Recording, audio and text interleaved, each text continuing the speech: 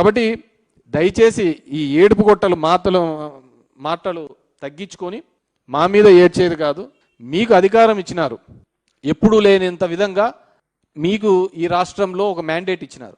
ఆ మ్యాండేట్కి తగ్గట్టుగా రిజల్ట్ చూపించండి, ఆ మ్యాండేట్కి తగ్గట్టుగా పని చూపించండి. చాలా దానిలలో మేము చేసుకున్న పెద్ద అత్యంత తప్పు, మేము చేసిన పనిని మేము చెప్పుకోలేదు, మీలాగా అబద్ధం ఆడలేకపోయినాం.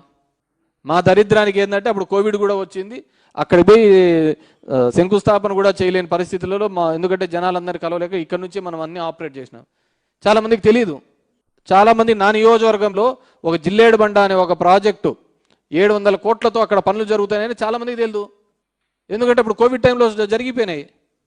ఇరిగేషన్ ప్రాజెక్టుగా ఈరోజు రాయలసీమ లిఫ్ట్ అనే ప్రాజెక్టు ఎంతమందికి తెలుసండి? ఆ రోజు జగన్మోహన్ రెడ్డి గారు అంత పెద్ద ఎత్తున మొదలు పెట్టాడని చెప్పి మన రేవంత్ చెప్పేంత వరకు చాలామందికి రాయలసీమలో 70% మెంబర్కి తెలియదు. అవునా కదా? 17 మెడికల్ కాలేజీలు మేము అంతగా కట్టించాము, అంతగా చేశాము అని చెప్పేసి 60% జనాలకు తెలియదు. మేబీ ఆ నియోజకవర్గ ప్రజలకు తెలిసి ఉంటుందేమో. కానీ మొన్న మీరు పీపీపీ చేయడంతో మేము జనం దగ్గరికి వెళ్ళడము, జనం దగ్గర నుంచి వెళ్ళి ఆ హాస్పిటల్స్ చూపించే ప్రయత్నం చేయడంతోనే కదా ఈరోజు జనాలకు అందరికీ తెలిసినది. నిజంగా మేము మా తప్పది, మేము చేసింది చెప్పుకోలేకపోయినాం. మా జగన్మోహన్ రెడ్డికి ఎప్పుడే కానీ లేదు వేరే వాళ్ళ దాని మీద ఇతని పేరు రాసుకోవాలని చెప్పి. నిన్న జరిగిన భూ సర్వే వరకు ఇప్పటికైనా క్లియర్ చేసినారో చెప్పు. ఫ్రీ హోల్డ్లో వైఎస్ఆర్సీపీ వాళ్ళదే అని చెప్పి దీంట్లో మాఫియా చేసినారు. ఇన్నాళ్ళు 2 సంవత్సరాలు అవుతుంది. ఏం ఎంక్వైరీ తేల్చినారు? ఎంతమందికి ఫ్రీ హోల్డ్ నుంచి రిలీజ్ చేసినారు చెప్పండి? రోజు రెవెన్యూ క్లినిక్లు అన్నారు, అన్ని క్లినిక్లు అన్నారు. 2027 కల్లా అన్నీ అయిపోజేస్తామంటున్నారు. ఇప్పుడు ఐ ఛాలెంజ్ 2027 గన మీరు రెవెన్యూ సమస్యలన్నీ కానీ క్లియర్ చేస్తే గన, రెవెన్యూ సమస్యలు లేవని క్లియర్ చేస్తే నేను ఎలక్షన్లో కూడా పోటీ చేయనయ్యా. మీ నోటికి వస్తే అబద్ధాలు. ఇదే విధంగా మొన్న కూడా కల్తీ లిక్కర్ దొరికినప్పుడు బెల్ట్ షాప్లే లేకుండా చేస్తామని చెప్పినాడు. ఏం తగ్గినాయా? ఊరూరికి ఉన్నాయి. ఇదే జగన్మోహన్ రెడ్డి గారు రీసర్వే మొదలుపెట్టి చేసి 1924 తర్వాత మళ్ళీ 100 ఏళ్ళకు జగన్మోహన్ రెడ్డి గారు పెట్టి చేస్తే దాని మీద ఏమేమో అనరి. మీ భూమి లాక్కుంటాడు, ఇది ల్యాండ్ టైటిలింగ్ కాదు, ల్యాండ్ గ్రాబింగ్ యాక్ట్ అని చెప్పి మా దరిద్రం మేము చెప్పుకోలేకపోయినాం. అరే 100 ఏళ్ళ తర్వాత ఇది చేస్తున్నాం, దీనివల్ల మీకు ఇంత మేలు జరుగుతుందని చెప్పుకోలేనంత పరిస్థితుల్లో మేము తయారు చేసినారు. మా లీడర్ కూడా చెప్పుకోలేకపోయినాం. 20 సంవత్సరాలు మీరు సాగులో ఉంటే చాలు, దానిలకు సేలపు రైట్స్ ఇచ్చిన జగన్మోహన్ రెడ్డి కాదా? అంటే ప్రభుత్వ భూమిలో కూడా మీరు సాగులో 20 సంవత్సరాలు ఎటువంటి లావాదేవీలు జరుపుకోకుండా ఉంటే 2004 నుంచి 2024 వరకు ఆ భూమి క్రయ విక్రయాలు చేసుకోవడానికి కూడా అధికారం ఇచ్చిన జగన్మోహన్ రెడ్డి మీ భూములు కాజేస్తున్నాడంటే ఎలా నమ్మగలిగినారు? ఏమంటే చంద్రబాబు నమ్మించినాడు. రోజు ఫోన్లే, మీ భూమి ఎత్తపోతున్నారని ఫోన్లు చేస్తానంటే జనాలు ఏం చేస్తారు? మీకు కూడా సగం మందికి తెలియదు. 20 సంవత్సరాల భూమిలో మీరు గన ఉంటే గన, అది ప్రభుత్వ భూమిలో మీకు పట్టా ఉండి 20 సంవత్సరాలు మీ చేతిలో ఉంటే గన దాని క్రయ విక్రయాలు కూడా చేసుకోవచ్చు. డికేటి భూమిలో గతంలో ఎప్పుడు ఉండేది? 1954 కంటే ముందు ఉండేది మాత్రమే రిజిస్ట్రేషన్ క్రయ విక్రయాలు చేసుకునేకి. జీవో నెంబర్ 585 ప్రకారం 22 లక్షల ఎకరాలు వేసినది ఎవరు? చంద్రబాబు నాయుడు గారు కదా? చంద్రబాబే కదా. దాన్ని 2016లో వేసినది చంద్రబాబు నాయుడే. 2018లో జీవో ఇచ్చినాడు చంద్రబాబు నాయుడు గారు ఏమని? 1954 తర్వాత ఉండేటివన్నీ డిలీట్ చేయాలని. కానీ కాలేదే. కానీ జగన్మోహన్ రెడ్డి గారు ఒక 4 అడుగులు ముందు వేసి ఇచ్చినాడు. 20 అడుగులు సాగులు ఉంటే మేము ఇచ్చిన 31 లక్షల పట్టాలకయ్యా 10 సంవత్సరాల తర్వాత అమ్ముకోవచ్చు అని చెప్పించినారు. 31 లక్షల పట్టాలకు 10 సంవత్సరాల తర్వాత నువ్వు సేలబుల్ రైట్స్ ఇచ్చినారు. అలాంటిది జగన్మోహన్ రెడ్డి మీ భూములన్నీ కాజేస్తాడు.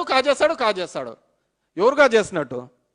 నీకు అమ్మేదానికి కొనేదానికి ఒక రైట్ హక్కును కల్పించి ఒక చట్టం తీసుకొని వచ్చిన జగన్మోహన్ రెడ్డి మీ పట్టా ల్యాండ్, సొంత ల్యాండ్ను కాజేస్తామంటే ఎలా నమ్మినారు?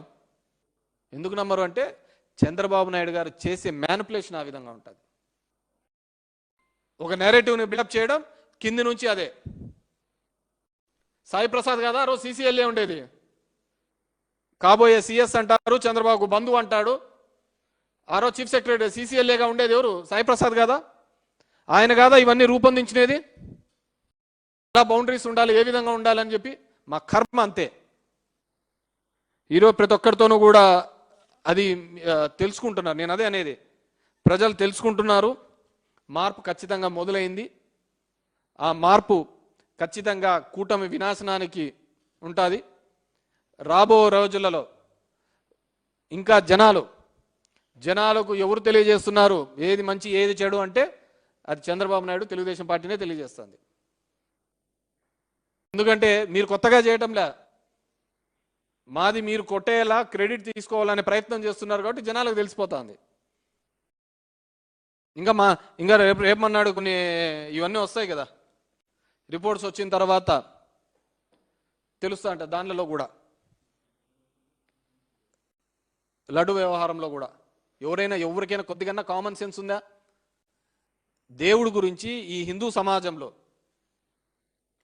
అక్కడ ఏం జరిగిందో తెలియక, ఆ రిపోర్ట్ ఏ విధంగా ఉందో తెలియదు, అక్కడ ఏం జరిగిందో తెలియదు, ఆ లడ్డులో ఏం కలిపారో తెలియదు, దాని మీద ఇన్వెస్టిగేషన్ చేయకుండా ఎవరో వచ్చి డిప్యూటీ వచ్చి నీ చెవిలో గొనుగుతే, వెంకయ్య చౌదరి వచ్చి నీ చెవిలో చెప్తే, ఒక ముఖ్యమంత్రిగా పబ్లిక్ దీని మీద దాంట్లో పంది కొవ్వు ఉందంటావు, ఈ కొవ్వు ఉందని నువ్వు మాట్లాడతావా?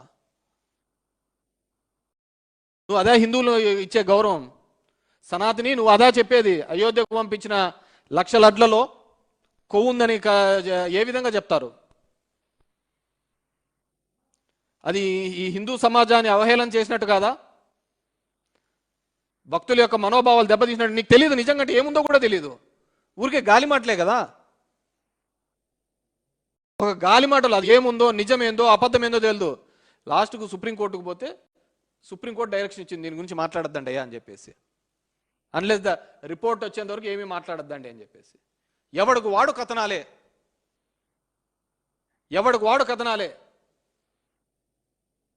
ట్రైన్లు వేసుకొని వచ్చినారు, యాడికి పోయినారు ఇప్పుడు అడ్రస్ లేదు వాళ్ళు. ఎందుకంటే ఇంకా నేను డీటెయిల్ పోలే, let the charge sheet come out అని. ఛార్జ్ షీట్లో మంచి ఏది ఉంది చెడు ఏముంది అనే తర్వాత విషయం. అసలు దాన్ని 1,00,000 మంది అక్కడికి అయోధ్య గుడికి ఓపెన్ చేసిన వాళ్ళు మీరంతా పందికొవ్వు తిన్నారని ఒక మాట ఎలా అంటావు? ఉందో లేదో తెలియదు. మామూలుగా ఒక మెస్సులోకి పోయి ఉంటాము, భోజనం చేస్తా అంటారు, వానికి తెలియదులే దాంట్లో బల్లి పడింది రాను అనుకో, సాంబార్లో బల్లి పడింది అనుకో, నువ్వు చూసిండో పెట్టిండవు, బల్లి ఉందో లేదో తెలియదు, అందరు బయట పోయి కక్కుంటా అంటారు. ఒక ముఖ్యమంత్రి డిప్యూటీ ముఖ్యమంత్రుల స్థాయిలో ఉండి మీరు చేసే పనులా ఇవా? ఏం చేయాలా ఈ రాష్ట్రాన్ని? పొద్దున్న లేచినా నుంచి జగన్మోహన్ రెడ్డి మీద బుడదేయడం ఎప్పుడంటే ఎవడు పాపాన వాడు పోతాడని చెప్పి వదిలేయడం. ఇది కదా జరిగినది. సో ఖచ్చితంగా అన్ని ప్రాంతాలు మీరు తీసుకుంటున్న ప్రతి రూపాయి కూడా ఈ ఆంధ్రప్రదేశ్ ప్రజలు కట్టిన పన్నుల రూపంలో వచ్చినదే. మళ్ళీ మీరు చేసిన అప్పు కూడా ఆంధ్రప్రదేశ్ జనాల మీదే పడుతుంది. కాబట్టి అకౌంటబిలిటీ ఉండాలి. ఈ విధంగా ప్రజల్ని మభ్యపెట్టించే ప్రకారం లేకుండా అన్ని ప్రాంతాల్లో కూడా సమతుల్యత మెయింటైన్ చేసే విధంగా ఉండాలని చెప్పేసి కోరుకుంటున్నాను. ఎందుకంటే మా ప్రాంతంలో చాలా వెనుకబాటుతనం మొదలైంది, ఖచ్చితంగా ఇబ్బంది కలిగించే అంశంగా మారుతుంది. ఈ అసమానతలు రాకుండా చూసుకోవాల్సిన బాధ్యత అధికారంలో ఉన్న వాళ్ళది. ఆ విధంగా ముందుకు పోవాలని చెప్పేసి కోరుకుంటున్నాను.